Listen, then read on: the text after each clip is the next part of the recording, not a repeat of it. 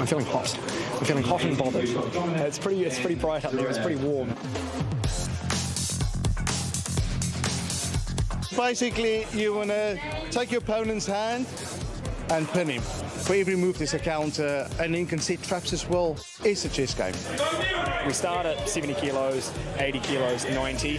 Then we go up to 105 and under, and then over 105. Watch your hand at all times. Watching your fingers, making sure you're in a safe position. So at all times, you have to have one leg on the ground. You have to be holding the opposing peg to your arm that's competing, and you have to keep your elbow on the pad at all times. You can move it, you can slide, you can drag, but you cannot pop. That's a foul. 2 fouls or a pin, and that's a loss. It used to be strength over technique, but I view it as how much power you have in your technique. Everyone in here prefers right arm most of the time. Right arm's the trophy arm, but when you can't do that, you have to be good at left. I haven't been seriously injured. You get the common injuries like inflammation of tendons and stuff like that. Tennis elbow, bursitis in my shoulder, ganglion cyst in my wrist bone, pulled tendons, broken finger, all sorts, absolutely. Yeah, but that's just part of sport, right? That's part of the fun. I've been arm wrestling for about 11 years now.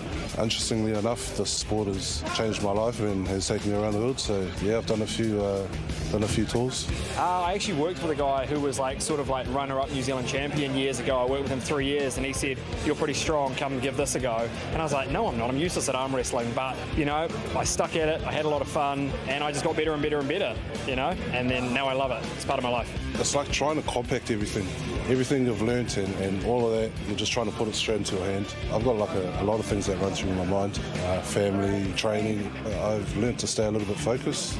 The nerves know when to kick in at the right time. We have people from seasonal workers to doctors. It's just all walks of life. On a table, everybody's equal. Obviously, an arm wrestling is a unique sport, but if you do love it, you'll connect with it. It's something a bit different. It's random. It's cool. I love it. Yeah, we're like a big family, eh? Yeah, all around the world. So that's why it's a sport that I love to do. How cool would it be if we had a New Zealand world champion of arm wrestling? Yeah, well, apparently they do have the World Championships coming up. I believe that's being held in Kazakhstan. Wow. You give it a go, Juzzy. There's not much of a women's scene in New Zealand at this stage, apparently, but in Sweden, there are more women into arm wrestling than there are men, so maybe it's just a matter of time. I would maybe give it a go, but unfortunately I've broken both my elbows, so I wouldn't be able to do it. How'd you break your elbows? Well, in 2 separate alcohol-related... I don't want to talk about it. I don't think it's even possible to break your elbows. Oh, you can. If Jesse Mulligan ever challenges you to an arm wrestle, say no, because he's got this sort of bizarre, unfair advantage. Look at this. Look at this. He doesn't have... He goes, there's no wrist. Hand... elbow. There's just no a tube. That's like trying to wrestle a piece of 4x4. I never knew I had big wrists until I started working here and you have no wrists. What? Yeah, you're wristless. It's just a tube. I feel like being a soldier with a great plank. One thing I noticed in that video, though, it seems to me that the more successful arm wrestlers were bald with a beard. So that might be where you need to go if you're going to getting into it. If Jesse ever grows a beard, then definitely say no to an arm wrestle. Apparently, there are heaps of clubs all around the country. You can head to newzealandarmwrestling.co.nz if you want to know more.